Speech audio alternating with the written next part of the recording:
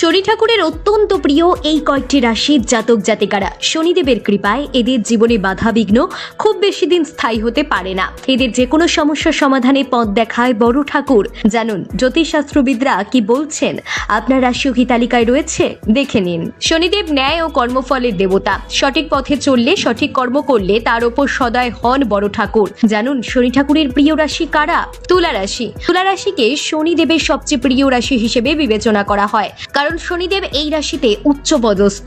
মকর রাশি। শনি মকর রাশির জাতক জাতিকাদের প্রতি করুণাময়। এই রাশির জাতক জাতিকারা সারা জীবন শনির আশীর্বাদ পান। কুম্ভ রাশি। কুম্ভ রাশির জাতক জাতিকাদের ওপর শনির বিশেষ আশীর্বাদ রয়েছে।